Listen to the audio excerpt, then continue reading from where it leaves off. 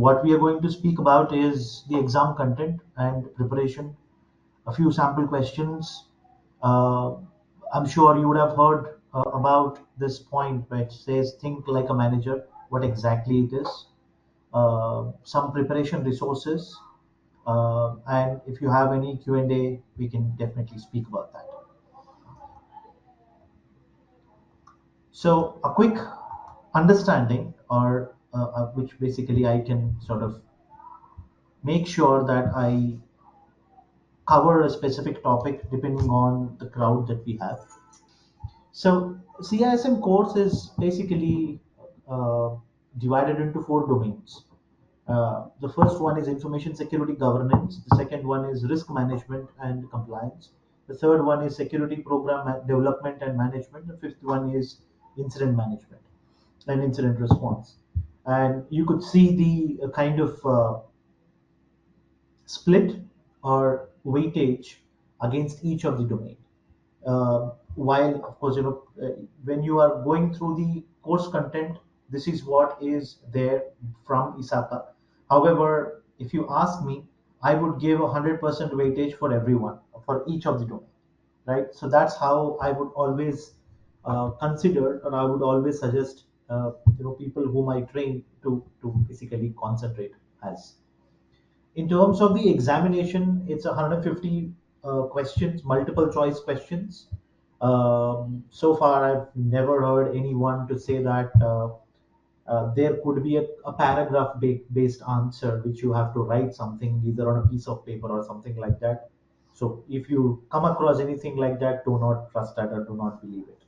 It's 150 multiple choice questions. The total amount of time that is allocated for you is 4 hours. So it's 150 questions within 240 minutes. It's a proctored exam, which means you are monitored through a camera. I would strongly recommend, instead of choosing a remote proctoring, unless and until there is a logistics, a general and a genuine logistics issue that you have, where you cannot travel to a proctor center, or in a scenario where due to any kind of health constraints, if you cannot go, you can choose. In those two scenarios, you could always choose remote proctoring, but otherwise, uh, please choose a proctored center. That would take away a lot of unwanted tensions in terms of making the room wherever that you are taking the example from clean and clear and all of that, right? And also it will give you the right kind of example, right kind of experience uh, of giving the exam. I'm sure most of you, if not already, have attempted any kind of other information security related exams like CC or a CISSP or anything like that. This would be a very good experience, right? And finally, and most important, if you are giving it from a proctored center, you will not have any kind of other disturbances. That is something that you can be assured of, right? You cannot, you have to lock away your phone. You cannot listen to your phone ringing, your family, somebody from your family asking for you or calling you. You don't really have to experience any of that, right? As for the certification itself, right? So one is passing the exam. The second one is certification. So you will have to basically needing almost 5 years of experience in the field of information security, specifically against the domains which are there in CISM, the four domains that we just spoke about. So you will have to showcase that you have that experience for you to claim the certification, right? And of course, you will have to comply with the CISM education, continuing education policy, the CPE. You will have to year on year, I think it's 3 years and 120 hours. That is something that you have to showcase, right? Uh, the last one is again the score. The reason why I speak about this particular scoring is not to explain what exactly, or what is how exactly the scoring is done, but it is because when you get your when you actually receive your scoring after you complete the exam, by domain you get to know what your score is. So Because of that, this is something that I emphasize on. Otherwise, because we have 150 questions, against 150 questions, I would always recommend people to go for at least 140 or 135 to 140 as correct answers. That way you will be able to make sure that you're passing. Okay. uh, there is an alternate. There are a few like you can claim against your graduation, post graduation, etc.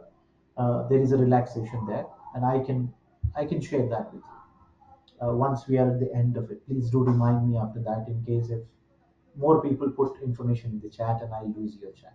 Okay. Coming back to the scoring pattern, right? It's actually a common scale and a weighted scale against between 200 to 800. There is no negative marking for incorrect submission in CISM. So basically, you need to score 450 or higher to pass. How the scoring happens is something that no one actually knows behind the scenes, because this 450 is by domain also. Okay. So people who receive the detailed score when after passing the exam, they would see that by domain on the same 200 to 800 scale is where there will be scoring done.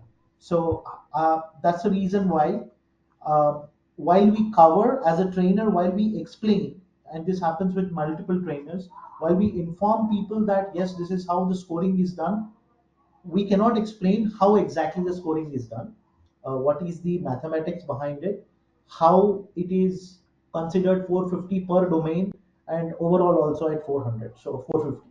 So we do not know that. So that's why best way, prepare well, make sure that you are scoring on a consistent basis when you're training for the exam, on a consistent basis against each 150 question set that you might be answering. Make sure that you're always scoring 135 to 140. That way you would have covered things pretty well.